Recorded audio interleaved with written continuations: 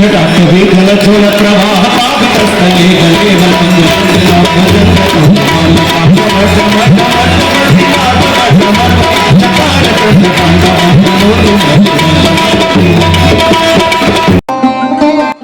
বর্তমানে যে শহরে এসেছি সেই শহরের বয়স আনুমানিক 5000 বছর, যার বিবৃতি পাওয়া যায় আজ থেকে কয়েক হাজার বছরে সেই পুরানো ধর্মগ্রন্থগুলিকে।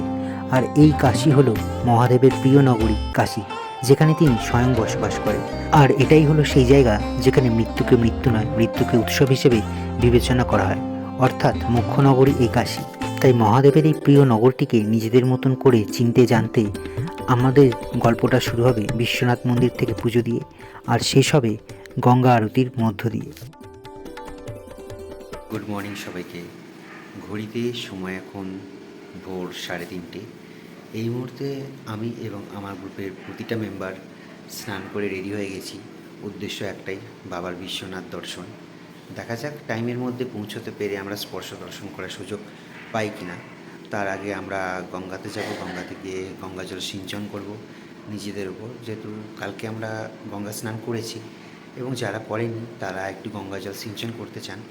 তো আমরা এখন সোজাসুজি রওনা দেবো গঙ্গার ঘাটে। সেখান থেকে গঙ্গা জল তুলে নিয়ে সংগ্রহ করে আমরা যাব বিশ্বনাথ মন্দিরের উদ্দেশ্যে।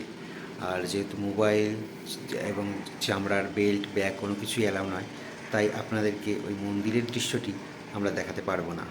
ততক্ষণের জন্য বাই বাই। আবার আমরা এসে আপনাদের সাথে পুনরায় একাত্ম হব এই ভিডিওতে। হর হর মহাদেব, জয় শিব শম্ভু। ঘড়িতে সময় এখন 7:10। তো আমরা বেরিয়েছিলাম রুম থেকে 3:55। তো সেই অর্থে আমরা গিয়েছিলাম স্পর্শ দর্শনে, যেহেতু 4টে থেকে 5টা পর্যন্ত সকাল আর 4টে থেকে 5টা পর্যন্ত বিকালে স্পর্শ দর্শন চলছে। তবে আজকে তোমার 21 তারিখ সকালবেলা সানডে হওয়ার জন্য অতিরিক্ত পরিমাণে ভিড়। আমরা গেট নাম্বার 2 দিয়ে গিয়েছিলাম।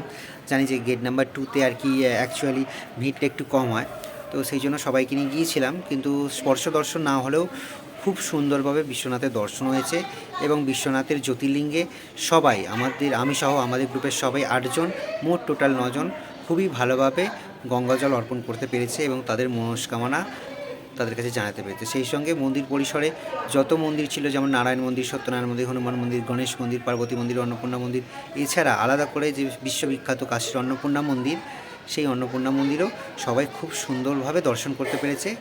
আর এখন এই মুহূর্তে ঘড়িতে তো বললাম 7:10 থেকে একটু কিছুটা বেশি বেজেছে।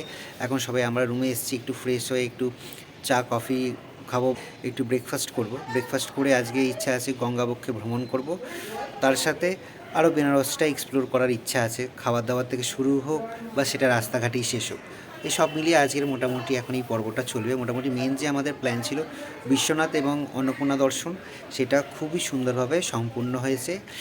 আর যারা স্পর্শ দর্শন করতে চান, সেটা সকালেই হোক বা রাত্রে, তাদেরকে বলবো দুপুর 2:30, ওদিকে ভোর 2:30 আর এদিকে দুপুর 2:30 থেকে লাইন দিতে হবে, তবে আপনারা স্পর্শ দর্শন করতে পারবেন। আর এখন এই মুহূর্তে বেনারসের ওয়েদার আপনারা দেখতে পাচ্ছেন, আমার পেছনে গঙ্গা, এতটাই কুয়াশা যে কিছুই দেখা যাচ্ছে না। এই মুহূর্তে আমি হোটেলের ব্যালকনি থেকে দাঁড়িয়ে আছি আর আপনাদের সাথে এই কথাটা বলছি।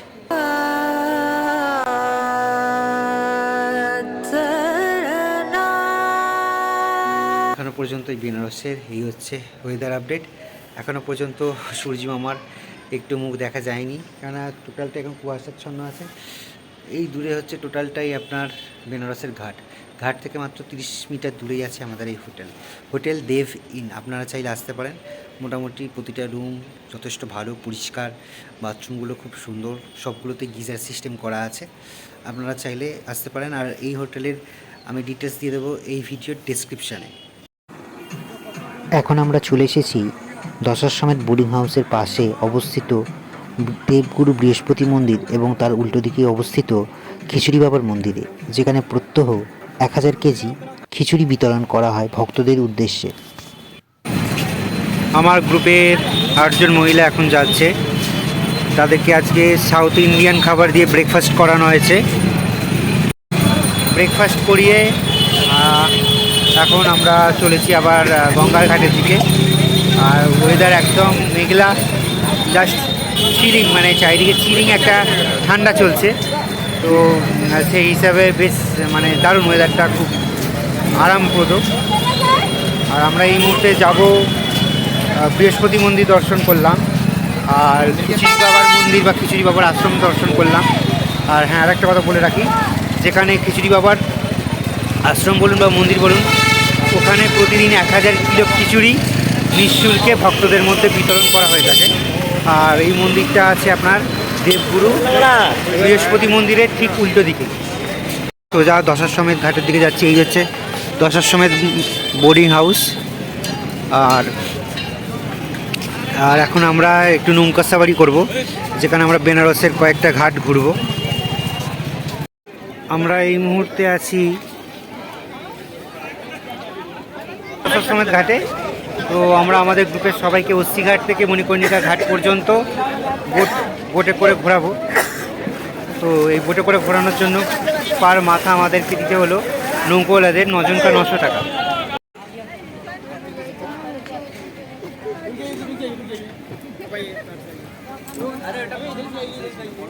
ঘড়িতে সময় এখন সকাল 10টা, আর আমরা এই মুহূর্তে বেনারসের অস্থি ঘাট থেকে মণিকর্ণিকা ঘাট পর্যন্ত বোটিং শুরু করে দিয়েছি। তাই এই মুহূর্তে আপনাদের সাথে আমরা ভাগ করে নিচ্ছি।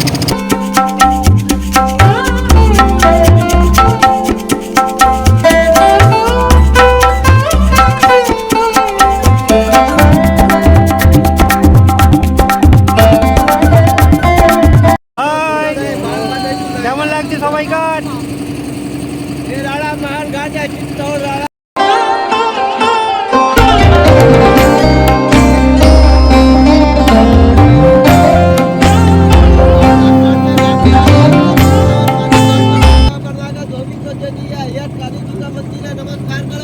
জয় মা কালী।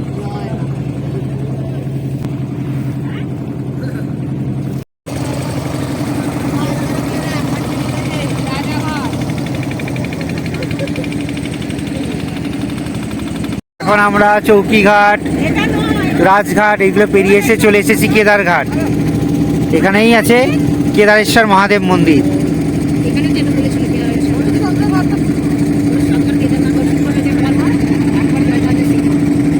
পরে আমরা কেদারঘাট পেরিয়ে এলাম বিজয়নগর ঘাটে।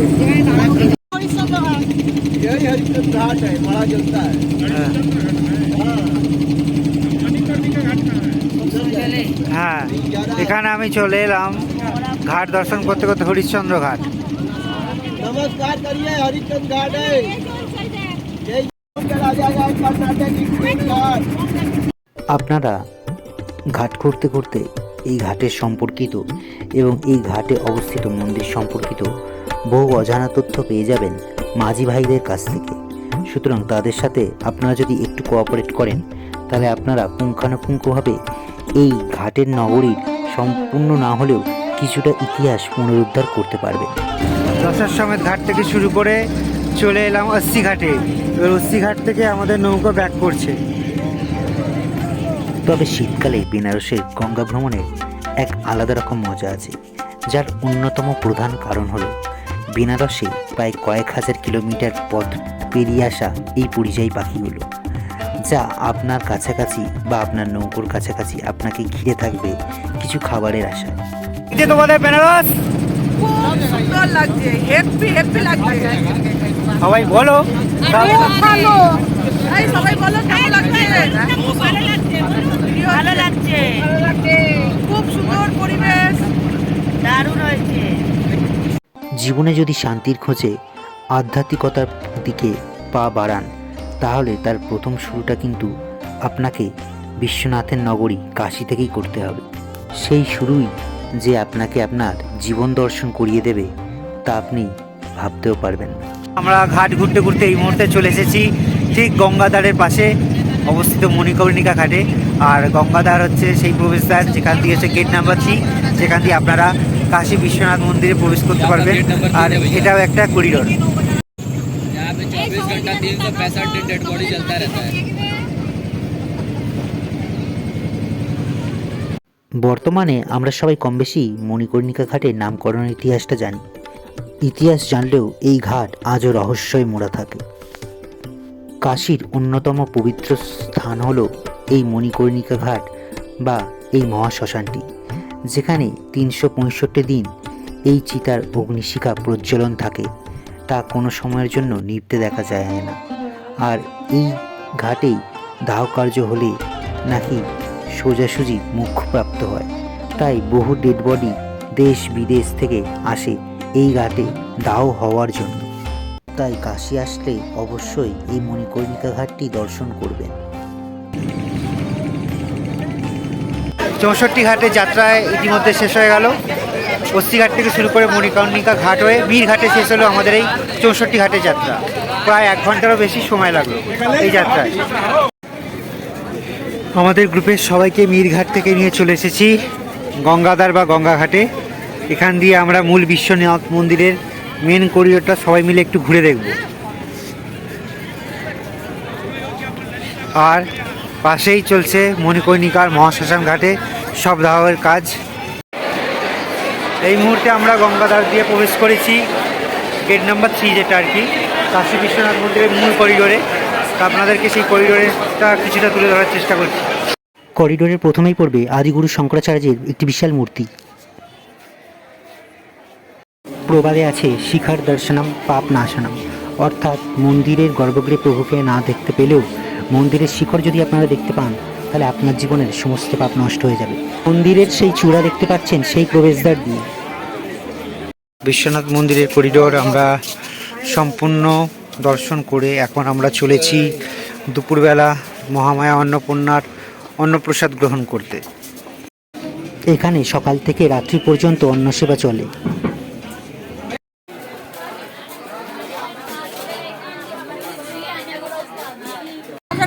ধরো এসব মালাইও খাওয়ার আগেই খেতে বসে পড়েছে। বেনারসের অন্যতম প্রধান মিষ্টি মালাইও চেখে দেখার সময়, তাই সবাই আনন্দ করে মালাইও খাওয়া হচ্ছে।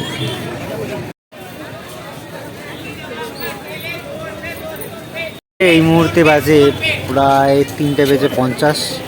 আজকে 21 তারিখ। গোদলিয়ার মেন চৌরাহাতে একদম মার্কেট জমজমাট হয়ে গেছে। আর আমাদের গ্রুপের লোকেরাও তার বিভিন্ন জায়গায় নিজের মতন কেনাকাটায় ব্যস্ত। তাদের এই মার্কেটিংয়ে আমি হয়েছি তাদের হেল্পিং হ্যান্ড। এই যে তারা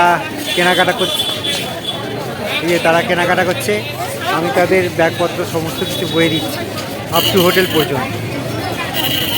ঘড়িতে সময় এখন 5:02। ইতিমধ্যে 10-এর সময় ঘাটে চলছে গঙ্গা আরতির তোড়। আর পুরো জায়গাটা লোকে লোকারণ্য। মোটামুটি যে জায়গাটায় আছি সেখানে 100 টাকা দিয়ে আমাদের জায়গাটা বুক করতে হয়েছে, তা নাহলে গঙ্গা আরতির ফ্রেশ ভিউটা পেতাম না। তখন জায়গাটা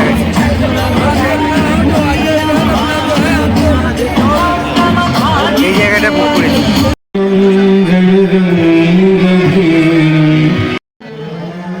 আর কিছুক্ষণের মধ্যে শুরু হতে চলেছে গঙ্গা আরতি।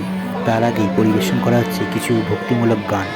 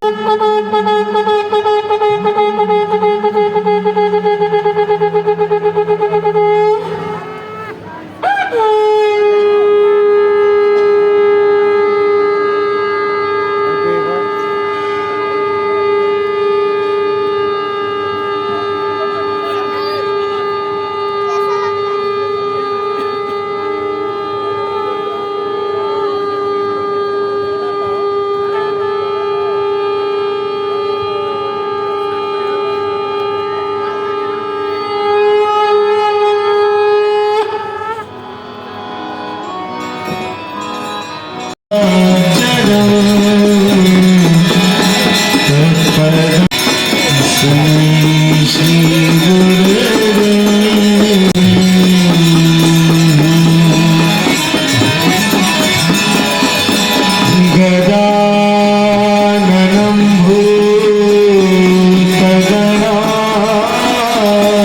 भूतगणाधिसेवितं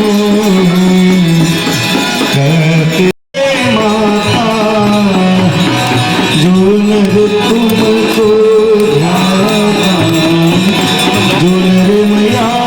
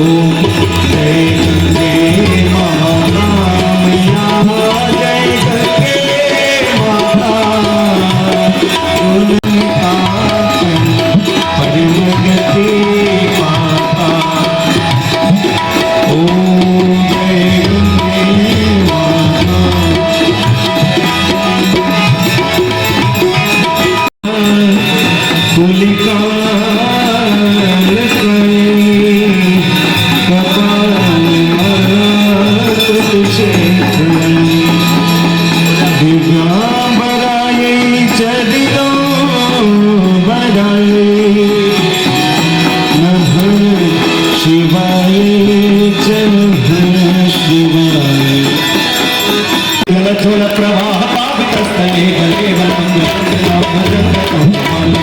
भजन्तु चकार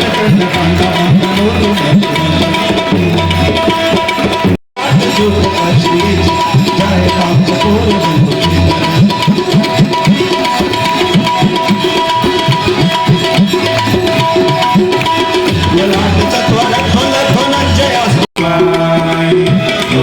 राम शिवाय बोलो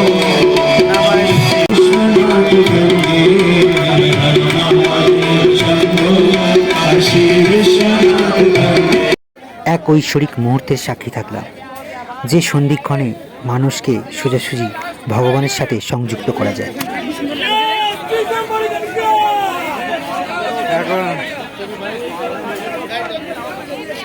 এখন এই মুহূর্তে গঙ্গা আরতির শেষে আমরা চলে এসেছি দশাশ্বমেধ ঘাটে গঙ্গা আরতি করে প্রদীপ ভাসানোর জন্য।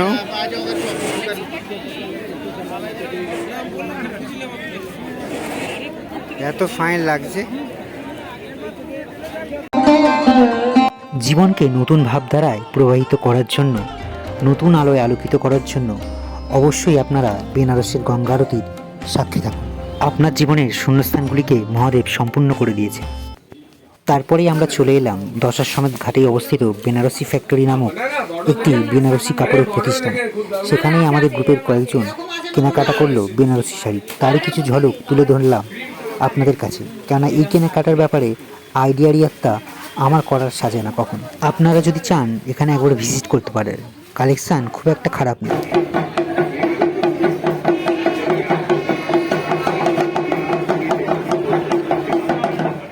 এখন 8:29। এই মুহূর্তে আমরা রাত্রির ডিনার একেবারে কিনে নিয়ে চলে এসেছি হোটেল দেভিনে। তো আজকে গঙ্গা আরতি দেখে আরও জাস্ট গ্রুপের যারা ছিল তাদের কিছু কেনাকাটা করিয়ে দিয়ে রাত্রির খাবার কিনে নিয়ে হোটেলে চলে এসেছি। হোটেলে রাত্রিরে তাদের খাবার দিয়ে দেবো এবং কালকে আমরা যাব সকাল সকাল বেনারসের সাইট সিন করতে, যেমন BHU, সংকটমোচন মন্দির, দুর্গা মন্দির ইত্যাদি ইত্যাদি। দেখা হচ্ছে আগামীকাল।